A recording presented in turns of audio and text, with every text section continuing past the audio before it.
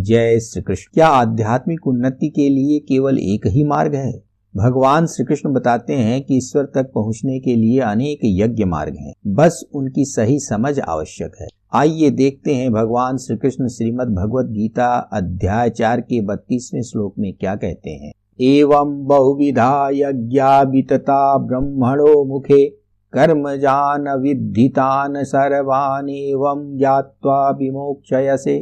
इस प्रकार इसका अर्थ है, इस प्रकार और भी बहुत तरह के यज्ञ वेद की वाणी में विस्तार से कहे गए हैं, उन सबको तुम कर्म से उत्पन्न होने वाला जानो। इस प्रकार जानकर तुम मुक्त हो जाओगे। भगवान ने यहाँ बताया है कि वेदों में अनेक प्रकार के यज्ञों का वर्णन किया गया है। भगवान ने स्वयं ही पूर्व के श्लोकों में भी बहुत सारे यज्ञों की बातें बताई हैं, और वे यहाँ बताते हैं कि यदि इन्हीं यज्ञों को तत्व से जानकर किया जाए तो ये यज्ञ आत्म कल्याण करने वाले बन सकते हैं, अर्थात ईश्वर की प्राप्ति कराने में समर्थ हो सकते। यहाँ समझने वाली बात यह है कि तत्व से जानने की क्या बात है। तत्व क्या है जिसे जानकर हम आत्म कल्याण को प्राप्त हो सकते हैं। यज्ञ मूलतः दो प्रकार के होते हैं, एक सकाम भाव से संपादित किए जाते हैं और दूसरा निष्काम भाव से। सकाम भाव से जो यज्ञ संपादित किए जाते हैं वह देवताओं को प्रसन्न करके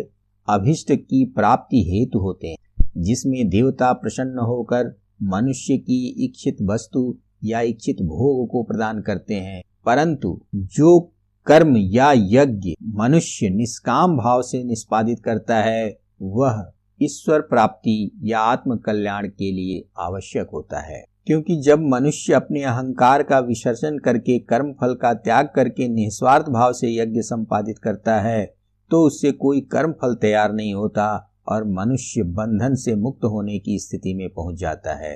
तत्व से जानने का अर्थ है कि निस्वार्थ भाव से किया जाने वाला कर्म ही, यज्ञ ही उसके लिए कल्याणकारी है, क्योंकि जो भी कर्म इस संसार में किया जाता है वह बंधन ही पैदा करता है, चाहे वह शरीर से किया जाए, मन से किया जाए या इंद्रियों के द्वारा किया जाए। जिस भी कार्य से मन जुड़ जाएगा और मन अहंकार से ग्रसित होगा वह कर्म बंधनकारी है। यदि मन से उन विकारों को दूर करके निस्वार्थ भाव से बिना फल की आकांक्षा किए हुए कोई यज्ञ या कर्म संपन्न किए जाते हैं तो वह मनुष्य के लिए कल्याणकारी है।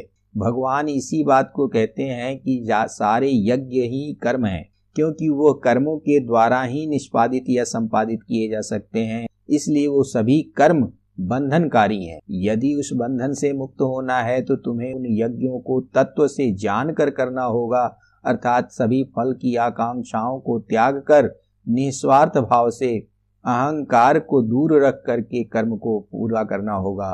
और यदि जो मनुष्य ऐसा करता है वह निश्चित रूप से कल्याण को प्राप्त होता है, अर्थात ईश्वर को प्राप्त करने में सफल होता है, क्योंकि जो भी कर्म सकाम रूप से किए जाते हैं या जो भी यज्ञ सकाम रूप से किए जाते हैं वह देवताओं को प्रसन्न करते हैं और देवता प्रसन्न होकर के उसे कोई न कोई फल प्रदान करते हैं। जब भी फल की आकांक्षा के लिए कोई कर्म किया जाता है तो वह फल ही उसके लिए बंधनकारी है, क्योंकि जिस फल की आकांक्षा से मनुष्य कोई प्रयत्न करता है, कोई कर्म करता है या कोई यज्ञ करता है, जब तक उस फल की प्राप्ति नहीं हो जाती और जब तक वह फल उस मनुष्य द्वारा भोग नहीं लिया जाता तब तक उस फल का शेष नहीं घटित होता, अर्थात वह फल समाप्त नहीं होता। और जब तक वह फल समाप्त नहीं होगा तब तक मनुष्य अपने कर्म बंधन से मुक्त नहीं हो सकता। इसीलिए भगवान कहते हैं कि तत्व से जानकर जो कर्म किए जाते हैं वह कभी बंधनकारी नहीं होते, और जो बंधनकारी नहीं होता वही तो मुक्तिदायी है। श्रीमद् भगवद गीता के श्लोकों की व्याख्या यदि आपको पसंद आती है तो आनंद गीता को लाइक एवं सब्सक्राइब करना न भूलें।